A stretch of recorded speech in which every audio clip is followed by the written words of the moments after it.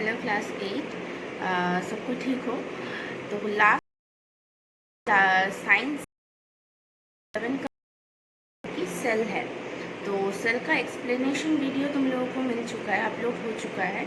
उसका जो question answer है वो भी कुछ दिनों में अपलोड हो जाएगा। मैं करके मतलब एक वीडियो बना दूंगी जिसमें जिस तरह से तुम लोग क्लास में क्वेश्चन आंसर्स मार्क करते हो वैसे ही मैं बुक में मार्क कर दूंगी। There will be a video, मतलब जहाँ जहाँ पे मैं मार्क कर रही हूँ वहाँ पे तुम लोग देख सकते हो कि कहाँ पे मार्क हो रहा है, वही देख के तुम लोग अपना बुक में मार्क कर लेना। बुक में मार्क करने के बाद एज यूजुअल जैसे करते हो कॉपी में क्वेश्चन आंसर्स कॉपी कर लेना, ठीक है। और MCQs जो है वो बुक में करोगे। फिर तुम लोग का जो ऑब्जेक्टिव्स है, ऑब्जेक्टिव क्वेश्चन आंसर्स फ़िलहाल मैंने नहीं दिया है, देखती हूँ अगर कुछ ऑब्जेक्टिव्स निकल आए तो वो भी एक व्हाट्सअप इमेज के द्वारा भेज दूँगी तुम लोगों को, ठीक है। तो वो गया चैप्टर 7 का पार्ट। नेक्स्ट आज हम लोग जो स्टार्ट करेंगे वो है chapter 8। Chapter 8 deals with endocrine system and adolescence. तो पेज नंबर 114 निकालो, take out page number 114, chapter 8 endocrine and adolescence. तो चैप्टर शुरू करने से पहले एज यूजुअल कुछ इंट्रोडक्शन देना ज़रूरी होता है। तो ये जो चैप्टर है ये basically deals with endocrine system. अब एंडोक्राइन सिस्टम क्या होता है? हम लोग के शरीर में बहुत सारा हार्मोन सिक्रीट होता है, ठीक है। हार्मोन का क्या फंक्शन है? एक एक हार्मोन का अलग अलग फंक्शन होता है, मतलब अलग अलग हार्मोन्स का अलग अलग फंक्शन होता है। तो हार्मोन बेसिकली तुम लोग का क्या मूड होगा, मतलब आर यू हैप्पी, और इन जनरल जो मूड होता है, तुम लोग का इमोशंस होता है, ये सब कुछ हार्मोन कंट्रोल करता है। मतलब तुम लोग अभी एक्साइटेड फील कर रहे हो या फिर लेजी फील कर रहे हो, या फिर कौन कितना लंबा है, कौन किसका हाइट कितना ज़्यादा है, किसका हाइट कम है, या फिर मतलब कुछ भी बॉडी कैरेक्टरिस्टिक्स जो भी है, ठीक है।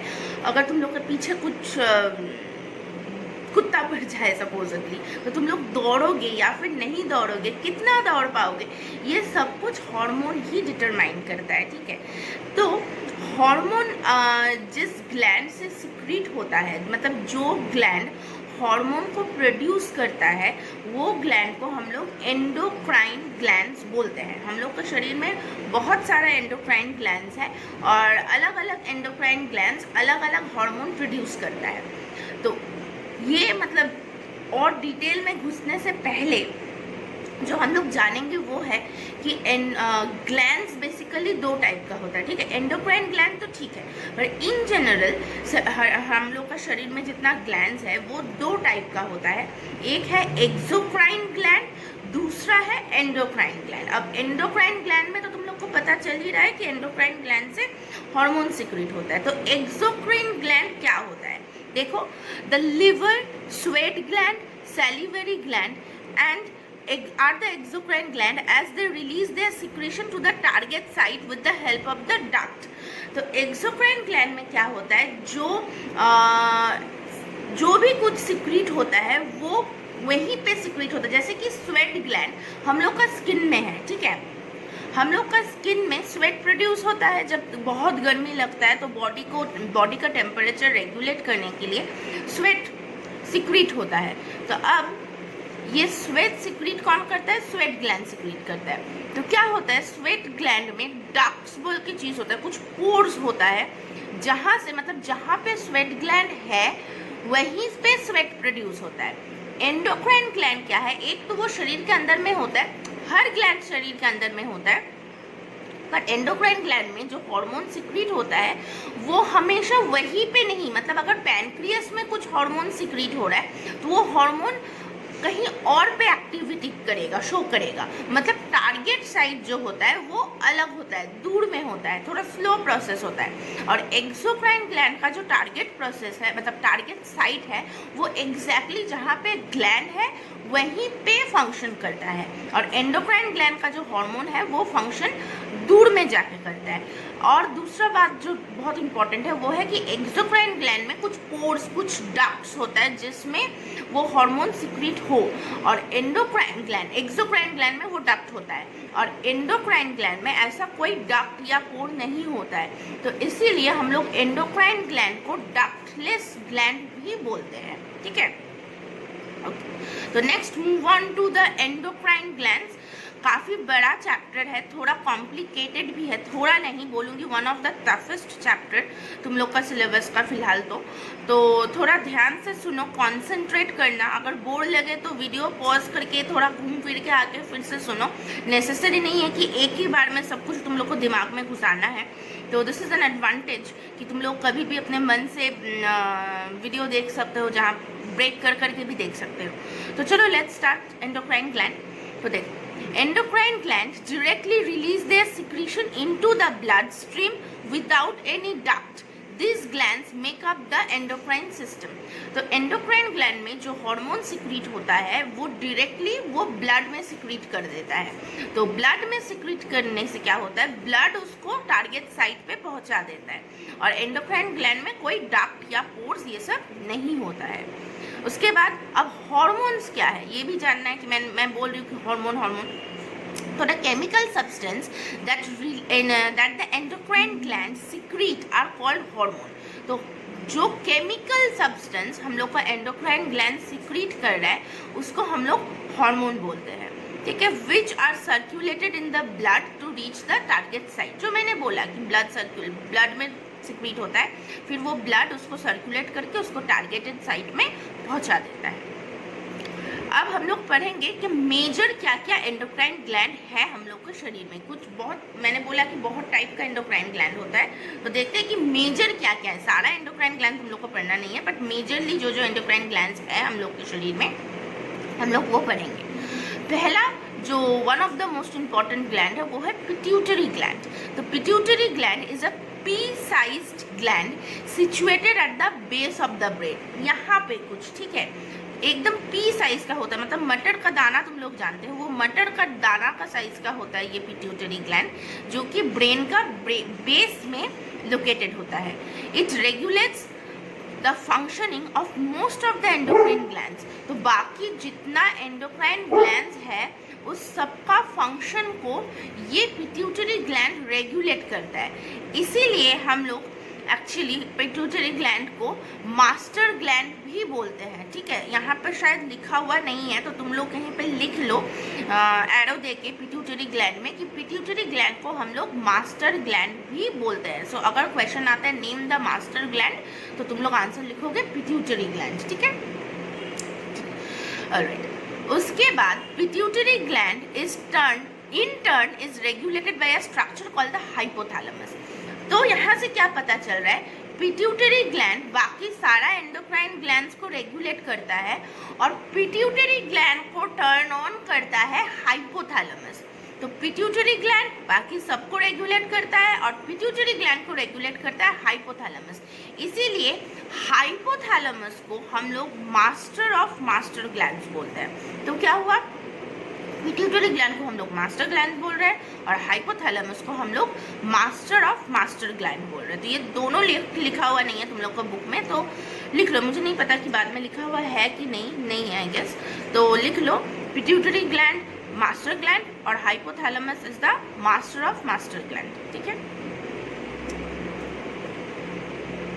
अच्छा, अब देखेंगे the pituitary gland secrete several hormone. One of the important hormone secrete is the growth hormone. तो पिट्यूटरी ग्लैंड काफी सारा हार्मोन सिक्रीट करता है, और one of the important hormone है ग्रोथ हार्मोन, ठीक है। This hormone regulates the growth of the bones and muscles. तो ये हार्मोन हम लोग का मतलब बोन और मसल्स कितना ग्रो करेगा उसको डिटरमाइन करता है। अगर ये हार्मोन ज़्यादा सिक्रीट हो जाए, मतलब नॉर्मल अमाउंट में सारा हार्मोन तो सिक्रीट होना ज़रूरी है, अगर हार्मोन ज़्यादा सिक्रीट हो रहा है वो भी अच्छा नहीं है फॉर आवर बॉडी, अगर हार्मोन लेस सिक्रीट हो रहा है वो भी अच्छा नहीं है। तो अगर ये ग्रोथ हार्मोन, जिसको हम लोग सोमैटोट्रोपिक हार्मोन भी बोलते हैं, फिलहाल तुम लोग ग्रोथ हार्मोन ही पढ़ो, हाँ ग्रोथ हार्मोन ही लिखा हुआ है। तो ग्रोथ हार्मोन अगर ज़्यादा सिक्रीट हो जाए तो इंसान जायंट बन जाएगा, मतलब 7 फुट से ऊपर चला जाएगा उसका हाइट, तो जिसको हम लोग जाइगेंटिज्म भी बोलते हैं। और अगर ये ग्रोथ हार्मोन कम सिक्रीट हो रहा है तो इंसान ड्वार्फ बन जाएगा, मतलब एकदम नाटा जिसको बोलते हो। तो ये जो अगर less secretion of growth hormone को ड्वार्फिज्म बोला जाता है, और over secretion of growth hormone को हम लोग जाइगेंटिज्म बोलते हैं, ठीक है। Other than the growth hormone, the pituitary gland secretes several other stimulating hormone. Growth hormone को छोड़ के कुछ और हार्मोन भी सिक्रीट करता है ये पिट्यूटरी ग्लैंड, जो कि है, पहला वाला है thyroid stimulating hormone, follicle stimulating hormone, luteinizing hormone. Follicle stimulating hormone and luteinizing hormone stimulates gonads. अच्छा, तो यहाँ पे देखो कुछ इंटरेस्टिंग सा चीज़ है। एक तो TSH रिलीज करता है ये पिट्यूटरी ग्लैंड, मतलब थायराइड स्टिम्युलेटिंग हार्मोन। ये थायराइड स्टिम्युलेटिंग हार्मोन क्या करता है, थायराइड ग्लैंड को रेगुलेट करता है। इसीलिए मैं बोल रही थी कि पिट्यूटरी ग्लैंड इतना इंपॉर्टेंट है। पिट्यूटरी ग्लैंड से जो थायराइड स्टिम्युलेटिंग हार्मोन है वो थायराइड ग्लैंड को स्टिम्युलेट करता है, और यहाँ पे जो फॉलिकल स्टिम्युलेटिंग हार्मोन और ल्यूटिनाइजिंग हार्मोन है ये दोनों गोनैड्स को स्टिम्युलेट करता है ना। What is this gonads? Gonads are the male and female reproductive glands, ठीक है। Male and female reproductive glands को हम लोग इन मतलब एकदम कलेक्टिव टर्म में उसको गोनाड्स बोलते हैं। Next page 116। यहाँ पे देखो उसके बाद मतलब पिट्यूटरी ग्लैंड पढ़ने के बाद हम लोग जो ग्लैंड में मूव ऑन कर रहे हैं वो है थायराइड ग्लैंड। तो the thyroid gland is located in the neck region, तो सीक्रेट है हार्मोन कॉल्ड थायरॉक्सिन। तो कंफ्यूज मत होना, अगर पूछा जाए कि थायराइड स्टिम्युलेटिंग हार्मोन कौन सिक्रीट करता है, वो तो सिक्रीट करता है पिट्यूटरी ग्लैंड, और थायराइड ग्लैंड क्या सिक्रीट करता है, thyroxine. Iodine is necessary for the secretion of thyroxine, इसीलिए हम बोलते हैं कि आयोडाइज नमक खाओ या फिर खाने में थोड़ा बहुत आयोडीन होना ज़रूरी होता है। ये आयोडीन जो है थायरॉक्सिन हार्मोन रिलीज करने में मदद करता है। Thyroxine regulates the rate of metabolism, physical growth, mental development. Thyroxine जो हार्मोन है वो हार्मोन बेसिकली हम लोग का जो शरीर का मेटाबॉलिज्म है, एनाबॉलिज्म एंड कैटाबॉलिज्म, और हम लोग का फिजिकल ग्रोथ, हम लोग का मेंटल स्टेट, ये सब कुछ रेगुलेट करता है ये थायरॉक्सिन हार्मोन। थायरॉक्सिन हार्मोन अगर डेफिशिएंसी है, मतलब कम सिक्रीट हो रहा है, तो जो डिजीज होता है उसका नाम है सिंपल गॉइटर।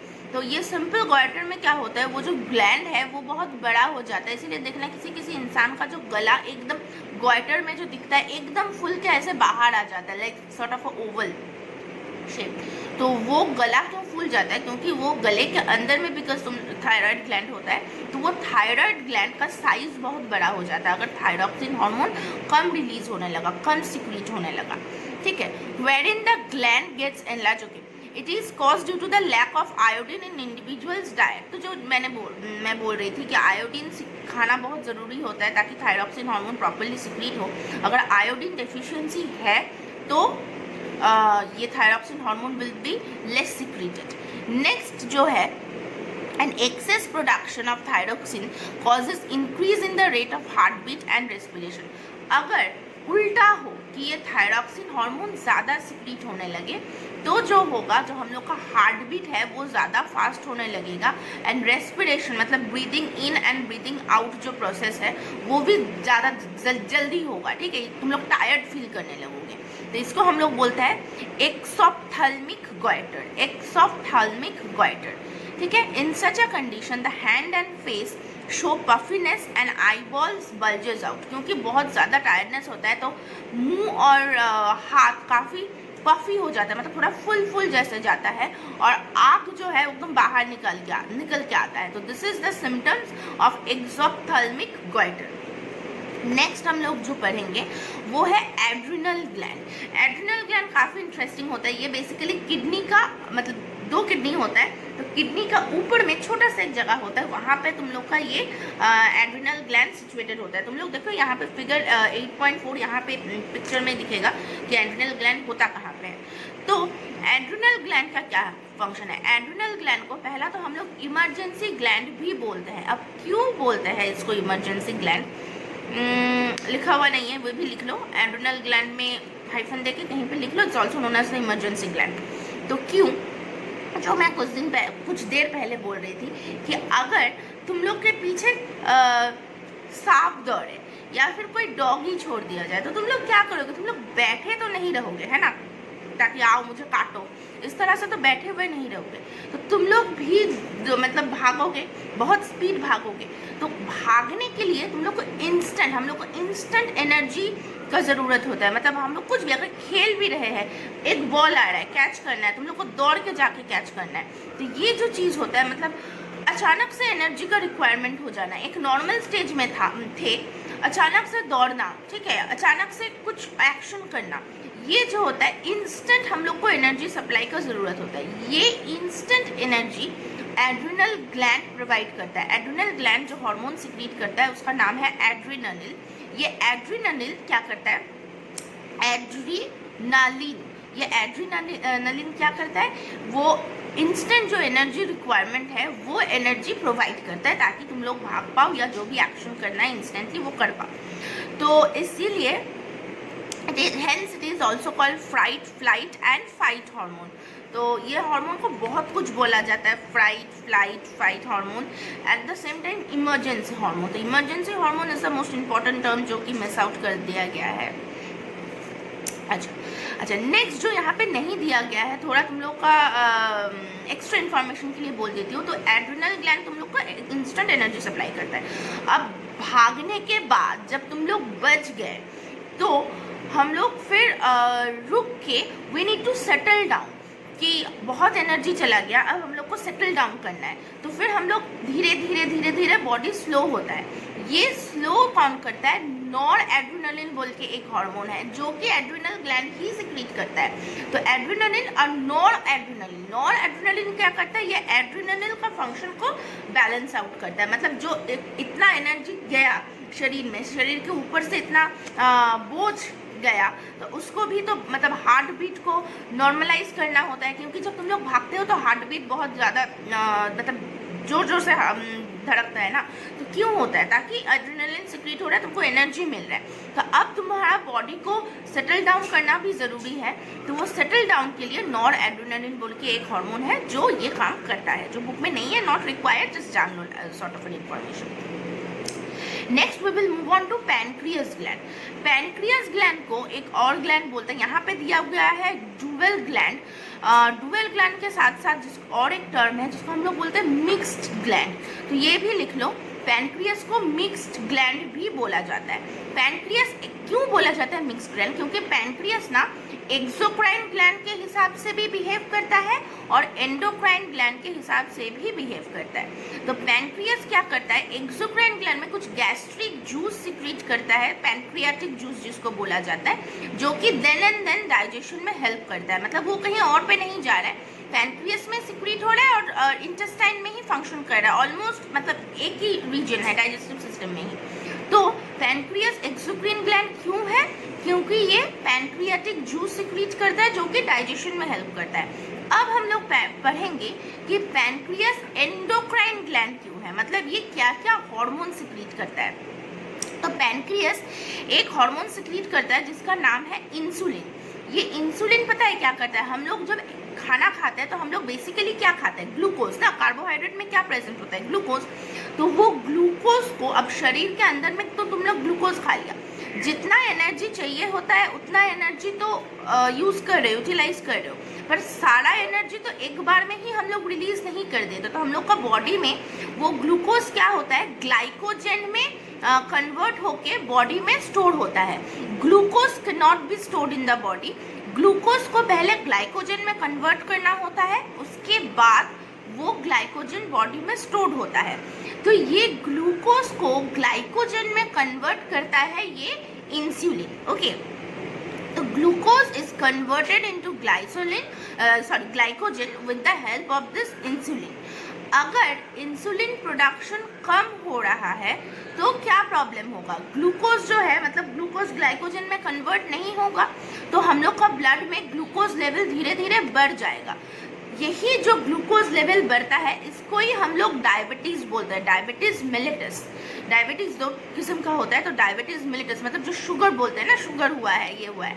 तो जो डायबिटीज़ जिसको हम लोग कॉमनली बोलते हैं डायबिटीज़ मेलिटस, ये इसी वजह से होता है कि इंसुलिन कम प्रोड्यूस होता है, इसीलिए ब्लड में जो ग्लूकोज है वो ग्लाइकोजन में कन्वर्ट नहीं हो पाता है और इसीलिए वो ग्लूकोज ब्लड में रह जाता है। इसीलिए जब ब्लड टेस्ट होता है तो ग्लूकोज लेवल हाई शो करता है। ठीक है, तो ये गया पैनक्रियास और इंसुलिन का फंक्शन। नेक्स्ट हम लोग मूव ऑन करेंगे ओवरी एंड टेस्टिस में। तो ओवरी एंड टेस्टिस, ओवरी क्या है? फीमेल रिप्रोडक्टिव ऑर्गन है। रिप्रोडक्टिव ऑर्गन मतलब जो बेबी होता है वो जो सिस्टम है कि how young ones are produced, तो ये फंक्शन रिप्रोडक्टिव सिस्टम का होता है। तो ये जो ओवरी है वो है फीमेल रिप्रोडक्टिव सिस्टम, जो टेस्टिस है वो है मेल रिप्रोडक्टिव सिस्टम का पार्ट। तो ओवरी क्या होता है? The ovary are the egg producing female reproductive organ, जहाँ पे ये एग प्रोड्यूस होता है जो कि फर्टिलाइज्ड होके बाद में फीटस बनता है। तो ओवरी में दो हार्मोन सिक्रीट होता है, एक है ईस्ट्रोजन, एक है प्रोजेस्टेरॉन। तो oestrogen progesterone hormones on stimulation by the pituitary hormone.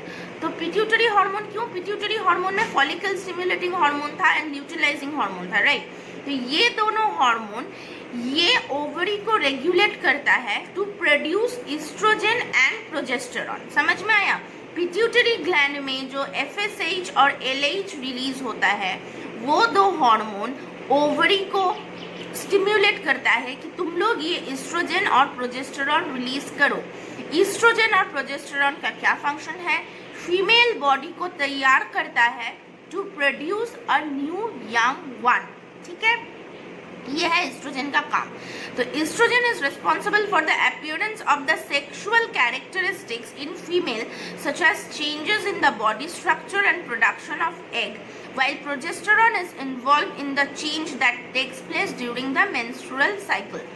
तो एस्ट्रोजन क्या करता है? एस्ट्रोजन बॉडी को, मतलब एक बच्चा को अगर देखते हैं हम लोग, अगर 2-3-4 साल का बच्चा देखेंगे तो दूर से अगर वो बच्चा का हेयर कट एक्सेट्रा देख के तुम लोग पता चल जाता है कि चलो ये लड़का है या फिर लड़की है, या फिर वो जो ड्रेस पहनी हुई है या फिर पहना हुआ है वो देख के पता चलता है कि ये लड़का है ना लड़की है। अगर मैं कोई 1-2 साल का बच्चे को, अगर वो लड़का है पर उसको मैं फ्रॉक पहना दूँ तो तुम लोग कभी दूर से देख के तुम लोग को पता नहीं चलेगा कि whether this particular baby is a girl और अ बॉय। ठीक है, कब पता चलता है? जब वो बच्चा धीरे धीरे बड़ा होता है तो जनरली जो बॉडी स्ट्रक्चर है वो चेंज होना स्टार्ट करता है, वॉइस चेंज होता है, स्ट्रक्चरल वेरिएशंस होता है। तो ये सब कुछ देख के फिर तुम एक बड़े इंसान को देख के, दूर से ही देख के पता चल जाता है कि वो लड़का है या लड़की है, चाहे वो कुछ भी ड्रेस पहने। लड़की लोग तो शर्ट एंड जीन्स पहनती है, बट दैट डजंट मीन कि वो लड़का दिखता है, राइट? वो तो तुम लोग को देख के पता चलता है कि दिस इज अ गर्ल या फिर विमेन, जो भी है। तो क्योंकि तब तक ये ईस्ट्रोजन और प्रोजेस्टेरॉन शरीर में फंक्शन कर चुका होता है, ताकि वो इंसान लड़का दिखेगा या लड़की दिखेगा वो डिटरमाइन करता है। अगर ईस्ट्रोजन और प्रोजेस्टेरॉन ज़्यादा है तो वो लड़की होगा, अगर टेस्टोस्टेरॉन ज़्यादा है तो वो लड़का होगा, लड़का वाला कैरेक्टरिस्टिक शो करेगा। तुम लोग कहीं कहीं पे देखे हो कि कुछ लड़का है पर वो लेडी लाइक बिहेव करता है ना? मतलब है लड़का but their behaviour is sort of like a girl. तो ये प्रॉब्लम नहीं है, ये basically is because of the over secretion of oestrogen and progesterone. मतलब है तो लड़का, उसमें टेस्टोस्टेरॉन का फंक्शन या फिर क्या बोलूँ, उसका जो कैरेक्टरिस्टिक्स है ज़्यादा दिखना चाहिए, पर फॉर सम रीज़न उसमें एस्ट्रोजन मतलब फीमेल हार्मोन ज़्यादा हो जाता है, इसीलिए वो मेल लेडी लाइक बिहेव करना स्टार्ट करता है। सेम फॉर द गर्ल्स, कुछ गर्ल है जो बहुत बॉयश होता है, बहुत लाइक रफ होता है, like seems like a boy. तो सेम होता है, उसमें क्या है, मेल हार्मोन जो है वो थोड़ा ज़्यादा हो जाता है। That is the reason. Actually हम लोग के शरीर में ना 2 हार्मोन ही प्रेजेंट होता है, पर एट सर्टेन एज कौन सा हार्मोन ज़्यादा कैरेक्टरिस्टिक शो कर रहा है उसके ऊपर डिपेंड करके बेसिकली तुम लोग का body characteristic, body feature show करेगा। ठीक है, अच्छा, तो एस्ट्रोजन क्या करता है? सेकेंडरी सेक्स कैरेक्टरिस्टिक्स को डिटरमाइन करता है। What is secondary? मतलब ओवरी वो जो मेन रिप्रोडक्टिव सिस्टम है वहाँ पे काम नहीं करता है, पर बॉडी का जो बाहर का हिस्सा है उसमें हेल्प करता है। और प्रोजेस्टेरॉन क्या करता है? Menstrual cycle. Now what is this menstrual cycle? Basically female में एग प्रोड्यूस होता है, ठीक है, हर महीना एग प्रोड्यूस होता है। अगर वो एग फर्टिलाइज्ड हो जाए with the help of the sperm जो कि मेल प्रोड्यूस करता है, तो a new one will be produce. ठीक है, पर अगर वो एग फर्टिलाइज्ड ना हो, वो एग क्या करता है, ब्लड के साथ वॉश आउट करके हर महीना लाइक 3 to 4 days इस तरह का एक फेज होता है, वो निकल जाता है। ठीक है, मतलब ब्लड के साथ अलॉन्ग विद द एग और जो यूट्रस का जितना लाइनिंग है वो सब कुछ लेके निकल जाता है। It's a painful process obviously, पर वो निकल जाता है। ये प्रोसेस को हम लोग बोलते हैं मेंस्ट्रुअल साइकिल। तो ये टाइम पे जो हार्मोन काम करता है वो है progesterone. Next is testosterone. These are situated inside the scrotal sac। scrotal sacs के अंदर में प्रेजेंट होता है टेस्टोस्टेरॉन। टेस्टोस्टेरॉन भी पिट्यूटरी ग्लैंड से ही स्टिम्युलेटेड होता है, जो ल्यूटिलाइजिंग हार्मोन है। फॉलिकल ल्यूटिलाइजिंग हार्मोन यूजुअली ये टेस्टिस को रेगुलेट करता है to produce testosterone. Testosterone is responsible for the appearance of secondary sex characteristics in male such as growth of the body and facial hair. मतलब तुम लोग का जो बियर्ड होता है, दाढ़ी होता है, change in the voice, production of sperms, ये सब कुछ हेल्प करता है टेस्टोस्टेरॉन। ठीक है, रेगुलेट करता है टेस्टोस्टेरॉन। नेक्स्ट हम लोग का जो हुआ ऑलमोस्ट जो मेजर एंडोक्राइन ग्लैंड्स था वो हम लोगों ने पढ़ लिया, और मेजर एंडोक्राइन ग्लैंड से क्या क्या हार्मोन सीक्रेट होता है वो भी पढ़ लिया। ठीक है, तो मेजर एक बार रिकैप्सुलेट करते हैं क्या क्या हार्मोन हम लोगों ने पढ़ा। ग्लैंड पहला तो है पिट्यूटरी ग्लैंड, जो कि मास्टर ग्लैंड होता है। Pituitary gland is regulated by hypothalamus, जो कि मास्टर ऑफ मास्टर ग्लैंड बोला जाता है। Next there is thyroid gland, adrenal gland, pancreas, ovaries and testis. ठीक है, नेक्स्ट हम लोग एक फेज के बारे में बात करेंगे जो तुम लोगों के लिए फिलहाल अभी बहुत इंपॉर्टेंट है, जो कि तुम लोग पास थ्रू कर रहे हो ये फेज पे। ये फेज पे क्या होता है पता है, बहुत जल्दी दिमाग गर्म हो जाता है, मैच्योरली डिसीजन नहीं ले पाते हो, इमोशन के ऊपर बेस करके डिसीजंस लेते हो। तो यही फ़र्क है तुम लोग में और एक मैच्योर अडल्ट इंसान में। पर ये तुम लोग का कुछ गलती नहीं है, this is all because of the hormonal activities which you people are going through. तो इसके वजह से तुम लोग जो फेज में ग्रो थ्रू कर रहे हो, जिस फेज से पास थ्रू कर रहे हो, वो है एडोलेसेंट फेज बेसिकली। तो हम लोग पढ़ेंगे दो फेज के बारे में, एक है प्यूबर्टी और एक है एडोलेसेंट। तो देखते हैं प्यूबर्टी क्या है। The stage in the life cycle of human in which the body become biologically capable of sexual reproduction is called puberty। तो जो स्टेज में हम लोग का शरीर सेक्सुअल रिप्रोडक्शन के लिए तैयार हो जाता है, तैयार होना शुरू करता है ना, ऑलमोस्ट गेट्स रेडी, तो उसको हम लोग, वो फेज को हम लोग बोलते हैं प्यूबर्टी। तो ये यूजुअली गर्ल्स में between the age of 11 to 16 in boys में 11 साल से 16 साल तक ये फेज होता है, जो तुम लोग का है बेसिकली, और गर्ल्स में थोड़ा आगे होता है जो कि है 10 से 15। तो girls become mature a bit earlier than the boys. Next is adolescent. Adolescent phase क्या है, बेसिकली ये ट्रांजिशन फेज है बच्चे से बड़ा होने तक। एकदम बच्चे हो, एकदम बड़े हो गए, उसके बीचों बीच में जो फेज होता है वो फेज को हम लोग बोलते हैं एडोलेसेंट फेज। ये बेसिकली ना वो 18-19 साल तक होता है। ठीक है, एक तो 13-14 साल तक तुम लोग प्यूबर्टी फेज में पहुंच गए, उसके बाद 18-19 ईयर्स तक, मतलब एज तक जो फेज होता है वो है एडोलेसेंट फेज। मतलब छोटे नहीं हो, बड़े हो चुके हो, पर मेंटली एकदम मैच्योर नहीं हो। तो ये जो ट्रांजिशन फेज है, जहाँ पे बहुत ज़्यादा गुस्सा आता है, बहुत ज़्यादा इमोशनल होते हो, ज़्यादा रो देते हो, कुछ सपोज फ्रेंड्स के साथ कुछ नॉर्मल झगड़ा हुआ होगा, दैट्स वेरी सिली रीज़न के लिए शायद झगड़ा हुआ होगा, पर बहुत इमोशनल होगा, इसके साथ बात नहीं कर रहे, रो दिया, बहुत कोई हाथ उठ काट लेता है, दैट पता ही है तुम लोगों को। फिर गुस्सा करना, मार पीट करना, कोई एक थप्पड़ मारा उसको जाकर 10 बार मार दो। तो ऑल दीज थिंग्स आर ना, ये सारा सब कुछ हार्मोनल एक्टिविटी होता है, ओवर रिएक्शन, ज़्यादा इमोशनल हो जाना। तो ये सब कुछ is a part of the adolescent phase. तो तुम लोग अभी जो करते हो, this is all because of the hormonal activity जो तुम लोग पास थ्रू कर रहे हो। अच्छा, नेक्स्ट हम लोग जो पढ़ेंगे वो है कि प्यूबर्टी में, जो प्यूबर्टी, एक बॉडी जब सेक्सुअल रिप्रोडक्शन के लिए रेडी होता है, तो हम लोग को पता कैसे चलेगा। हम लोग हर दिन जाके तो मतलब हार्मोनल टेस्ट तो हम लोग नहीं करते, राइट, पर देख के पता चलता है कि चलो this person is like growing into an adult. ठीक है, तो कैसे क्या क्या चेंजेस आता है हम लोग का शरीर में। पहला तो है इंक्रीज इन हाइट, लंबा होना स्टार्ट करते हैं। Next is activity of sweat and oil gland, ज़्यादा पसीना होता है, ऑयल सिक्रीट होना स्टार्ट करता है स्किन में, स्किन बिकम्स मोर ग्लॉसी, तो ऑयल सिक्रीट होता है। बच्चा लोग का तो बहुत सॉफ्ट स्किन होता है ना, मतलब बहुत डेलिकेट होता है। हम लोग जितना बड़े होता है हम लोग का स्किन और ज़्यादा थोड़ा रफ होता है, ताकि बाहर का जो हार्श एनवायरनमेंट है उससे डील कर पाओ। तो ये ऑयल सिक्रीशन भी ज़्यादा होता है। और स्वेट ग्लैंड का इंक्रीज क्योंकि ज़्यादा होता है, इसके वजह से बॉडी ओडर, मतलब देखना अगर तुम लोग बॉडी स्प्रे नहीं यूज़ कर रहे हो या फिर एक दिन नहीं नहाया या फिर थोड़ा लेट में नहाया, तो एक बॉडी स्मेल ज़्यादा रिलीज होता है। ये यूजुअली ये प्यूबर्टी फेज में ही होता है। जब एकदम बड़े हो जाओगे तो ये सिक्रीशन धीरे धीरे घट जाता है, ठीक है। उसके बाद है ऑयल सिक्रीशन। ये ऑयल सिक्रीशन क्या होता है, मुंह में मतलब फेस में बहुत ज़्यादा ऑयल सिक्रीट होने लगता है। इसके वजह से देखना जब ये एज में पास थ्रू करता है कोई इंसान, मुंह में पिंपल्स ग्रो करता है, ठीक है।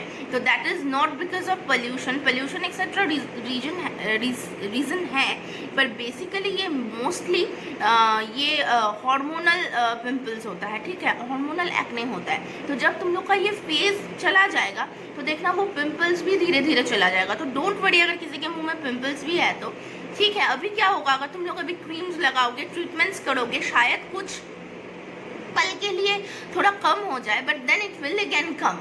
तो ये बेसिकली उम्र के लिए होता है, मतलब हार्मोनल पिंपल्स होता है, जो धीरे धीरे जब तुम लोग थोड़ा मतलब 18-19 साल क्रॉस कर जाओगे तो वो पिंपल्स भी चला जाएगा, ठीक है। उसके बाद है development of body hair.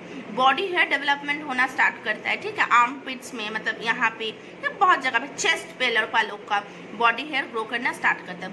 Voice change, obviously एक बच्चा का जो वॉइस होता है धीरे धीरे जब तुम लोग बड़े होते हो, specially boys, girls also, girls का चेंजेस थोड़ा कम होता है वॉइस में, बट बॉयज़ का बहुत प्रोमिनेंट चेंजेस होता है, बहुत एविडेंट चेंज होता है, ठीक है। उसके बाद है बॉडी चेंजेस। अच्छा, फीमेल में क्या होता है, high pitch and shrill voice होता है, मतलब थोड़ा क्या बोलूँ, वॉइस थोड़ा पतला टाइप का होता है, मतलब चिल्लाने से कान में लगता है, ऐसा कुछ वॉइस होता है फीमेल का। अच्छा, बॉडी चेंजेस क्या होता है, body changes in male, shoulder becomes broad and chest becomes wider. जो शोल्डर होता है वो धीरे धीरे चौड़ा होना स्टार्ट करता है, और जो चेस्ट है वो भी चौड़ा होना स्टार्ट करता है, मसल्स डेवलप करना स्टार्ट करता है। फीमेल में क्या होता है, जो वेस्ट रीजन है वो थोड़ा ब्रॉडन होता है, और हिप्स में थोड़ा सा फैट डिपॉजिट होता है, ताकि वो जो स्ट्रक्चर है वो प्रॉपरली आए। और there is a development and enlargement of the breast development होना स्टार्ट करता है। Since these feature developed as a result of the onset of sexual maturity और puberty, they are called secondary sexual character. तो ये primary sexual characters नहीं है। Primary is basically शरीर के अंदर में जो रिप्रोडक्टिव सिस्टम है, फीमेल में जो ओवरी, यूट्रस ये है, मेल में जो टेस्टिस है, यहाँ पे जो रेगुलेशन हो रहा है, these are the primary sexual characteristics. पर शरीर के बाहर में जो कैरेक्टरिस्टिक्स है, जो कि नेसेसरीली सेक्सुअल रिप्रोडक्शन के साथ रिलेटेड नहीं है, बट इट्स अ साइन कि this people has become ready. तो ये जो बाहर का कैरेक्टरिस्टिक्स है, इसको हम लोग बोलते हैं सेकेंडरी सेक्सुअल कैरेक्टरिस्टिक्स, ठीक है।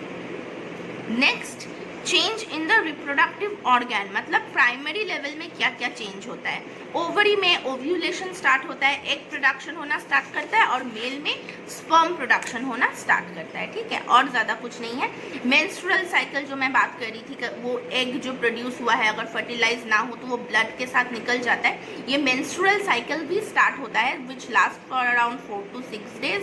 ये मेंस्ट्रुअल साइकिल फीमेल में होता है ऑब्वियसली, और ये साइकिल 28 days का गैप में होता है, और ये वही मतलब 10 साल से ऑलमोस्ट स्टार्ट होता है, मतलब 10 से 16 तक। ये मतलब इंडिविजुअली डिपेंड करता है, सबका 10 साल में होगा ऐसा कोई बात नहीं है, मतलब इस तरह से चेंज होता है, इंडिविजुअली डिपेंड करता है।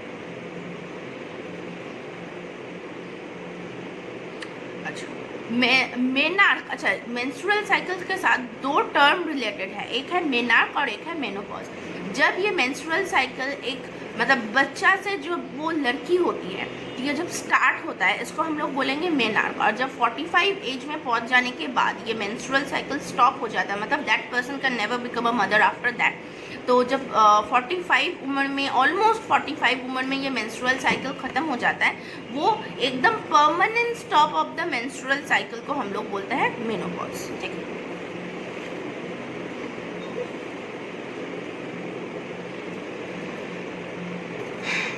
Emotional change at puberty, emotional में मतलब वन ना goes through lot of emotional change during this puberty reason.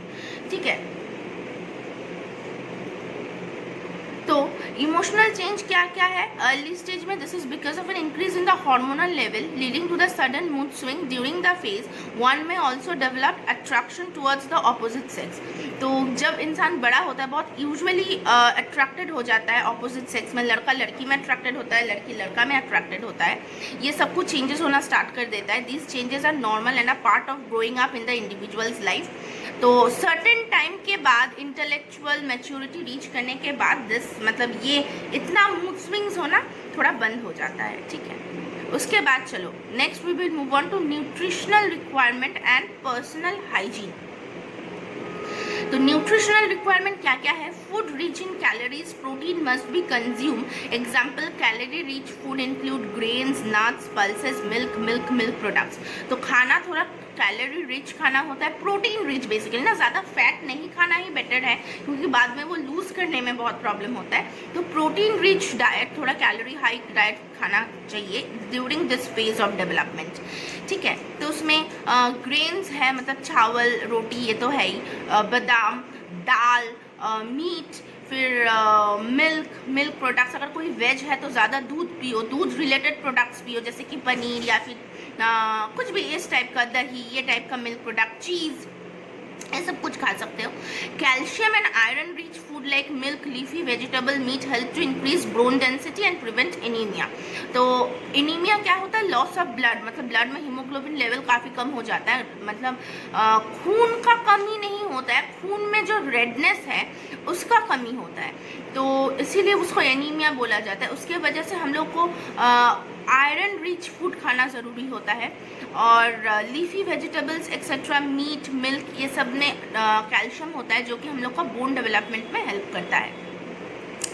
The diet should include a variety of fruits and vegetables which are rich in vitamins and minerals.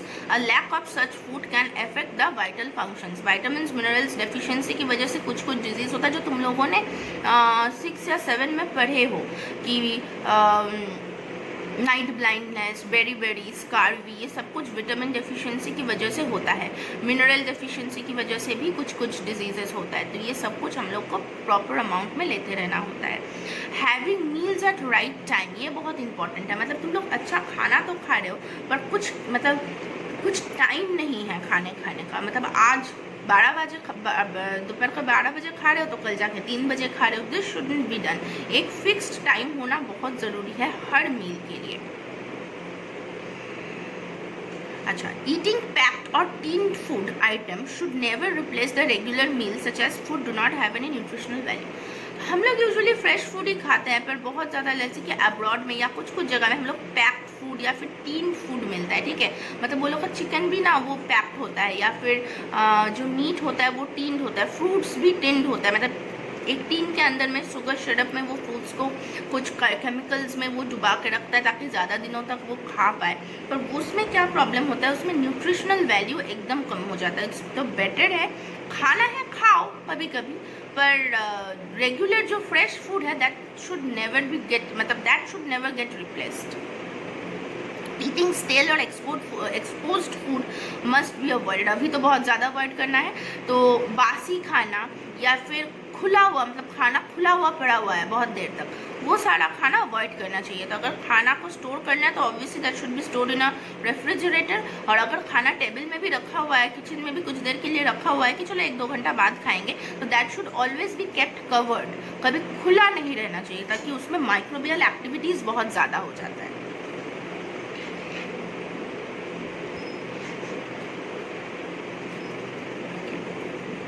अब देखेंगे body fitness मतलब कुछ activities हमेशा करना चाहिए, जैसे कि ब्रिस्क वॉकिंग, मतलब जल्दी चलना, running, jogging, playing, dancing, swimming, हर चीज़ में हम लोग को इन्वॉल्व होना होता है। मतलब एक इंसान सब कुछ नहीं करेगा, but you should do something और द अदर, ठीक है। एक एंगेजिंग एक्टिविटी होना ज़रूरी होता है जो कि फिजिकली तुमको फिट रखे। पर्सनल हाइजीन, ऑब्वियसली ये तो सिर्फ एडोलेसेंट के लिए नहीं, each and every human being should maintain this personal hygiene. तो ड्यूरिंग एडोलेसेंट क्या होता है, क्योंकि ज़्यादा पसीना या ऑयल एक्सेट्रा बॉडी फ्लूइड ज़्यादा सिक्रीट होता है, तो हम लोग को रेगुलरली नहाना चाहिए। We need to keep us clean, clothes must be changed every day, मतलब जो ड्रेस पहन रहे हो वो रेगुलर चेंज होना चाहिए। They should be washed regularly, ये सब कुछ मेंटेन करना चाहिए। Girls should maintain proper hygiene during menstruation and keep track of their menstrual cycle. This is very important कि 28 डेज का गैप में हो रहा है कि नहीं, गर्ल्स लोग का मेंस्ट्रुअल साइकिल हो रहा है कि नहीं, या फिर 28 डेज गैप या फिर like 1 month gap, this sort of a thing. थोड़ा 1-2 दिन आगे पीछे हो सकता है, पर ज़्यादा गैप नहीं हो, ये ध्यान में रखना है। अगर हो रहा है तो immediately go and consult a doctor. और ऑब्वियसली पर्सनल हाइजीन बहुत ज़्यादा मेंटेन करना होता है। तो we know drug abuse and AIDS, ये चीज़ ड्रग अब्यूज़ क्या होता है, ये ड्रग लेना, drug is sort of an unwanted medicine जो कि शायद कुछ देर के लिए इंसान को ना ब्लैंक कर देता है। तो what happens in this age, हम लोग सोचते कि हम लोग बहुत बड़े हो गए हैं, पर हम लोग का डिसीजन मेकिंग कैपेसिटी नहीं होता, but we think that we are very adult. तो क्या होता है यहाँ पे पीयर प्रेशर, दोस्त लोग का जैसे कि ना लो ड्रग लो, कोई प्रॉब्लम नहीं है, या फिर टू सीक अटेंशन कि चलो मैं ले रहा हूँ, like I am doing something very great, मतलब ये सब कुछ चीज़ ज़्यादा होता है। But drug affection, drug addiction, फिर अल्कोहलिक बेवरेजेस या फिर सिगरेट, टोबैको, ये सब कुछ खाना is like very very bad. मतलब ये अगर आदत हो जाए तो ये आदत को छोड़ना विल बी मतलब वेरी डिफ़िकल्ट। और नेक्स्ट इज, अगर आदत हो जाए तो शरीर का तो जो डैमेज होगा तो वो तो पता ही है तुम लोग को क्या क्या हो सकता है, ठीक है। अच्छा, नेक्स्ट इज HIV और एड्स, ये बहुत ध्यान में रखना होता है। ये कैसे होता है, पहला तो HIV एड्स है STD। What is STD? Sexually transmitted disease को हम लोग STD बोलते हैं शॉर्ट फॉर्म में। तो HIV is a virus, human immuno deficiency virus, जो कि एड्स कॉज करता है। एड्स ना एक डिजीज नहीं है, it's a syndrome, acquired immuno deficiency syndrome. मतलब क्या होता है, हम लोग का इम्यून सिस्टम इतना ज़्यादा वीक हो जाता है, तो उसके वजह से क्या होता है, इंसान बीमार पड़ना स्टार्ट कर देता है। मतलब अगर एक सर्दी भी हुआ है तो पॉसिबिलिटी है कि वो मर जाएगा। तो एड्स में यही होता है कि हम लोग का जो इम्यून सिस्टम है, मतलब डिजीज़ के साथ फाइट करने का जो सिस्टम है शरीर में, इम्यून सिस्टम है, वो एकदम ख़त्म हो जाता है, जिसके वजह से अगर किसी का मतलब एड्स अगर किसी का हो तो उसको ना हमेशा सेकेंडरी डिजीजेज होता है। AIDS is not a disease, AIDS is just कि immune system is like finished. तो तब क्या होता है, बुखार हुआ, सर्दी खांसी हुआ, कुछ भी मतलब ब्रीदिंग इश्यूज हुआ, तो वो इंसान और कंट्रोल नहीं कर पाता है, मतलब इट्स बिकम फेटल। तो यही होता है अगर जब एड्स होता है तो। और एड्स होता है क्यों है, पहला तो होता है वो निडल प्रिक, अगर किसी का निडल मतलब ब्लड ट्रांसफ्यूजन की वजह से यूजुअली HIV होता है। तो इसमें क्या होता है, एक तो अगर कोई सेक्सुअल एक्टिविटी के साथ रिलेटेड है तो उसमें एड्स होता है, अनप्रोटेक्टेड सेक्स, इसमें एड्स होता है। और एक होता है निडल, मतलब ये निडल अगर घुस जाए, किसी के शरीर में गया है वो निडल, फिर मेरे शरीर में आके घुस रहा है, तो दिस इज़ अ पॉसिबिलिटी। तो इसीलिए अभी देखना निडल रीयूज़ नहीं होता है, डिस्पोजेबल निडल्स यूज़ होता है हॉस्पिटल्स में भी, अगर इंजेक्शन या फिर कुछ वैक्सीन लेना है तो। पर अगर अनयूजुअल सेक्सुअल एक्टिविटीज़ है, किसी के भी साथ भिड़ जाना, किसी के भी साथ रह जाना, तो this is a major reason of HIV, जो कि ये एडोलेसेंट फेज में ना ज़्यादा होता है। तो we should take care of ourself. तो बड़े हो, पर क्योंकि अभी प्रॉपरली मैच्योर नहीं हो, तो मम्मी पापा का डायरेक्शंस, जो गार्जियन है हम लोग का मम्मी पापा या जो भी गार्जियन है, उनका डायरेक्शन सुनो। हाँ, बड़े हो चुके हो पर अभी भी तुम लोग मैच्योर नहीं हो, तो थोड़ा तो कंट्रोल में रहना ज़रूरी है, स्पेशली आफ्टर लाइक 18 और 19 ईयर्स। आफ्टर दैट तुम लोग का खुद ही दिमाग में उतना बुद्धि आ जाएगा कि क्या सही है क्या गलत है। पर एट दिस फेज हम लोग का मतलब क्या सही है क्या गलत है ये सोचने का कैपेसिटी थोड़ा कम होता है। तो ये एडोलेसेंट फेज अगर प्रॉपरली कट जाए तो this is the best thing that can happen to an human being. तो that's it, chapter is finished. Interesting chapter है, अगर थोड़ा ध्यान से पढ़ो, ज़्यादा ग्लैंस नहीं है, कुछ 4-5 ग्लैंस दिया हुआ है, तो जैसा है सब पढ़ लो, फिर नेक्स्ट दिन तुम लोग का क्वेश्चन पेपर मतलब क्वेश्चंस जो है सॉल्व करके वीडियो मिल जाएगा। Okay, thank you.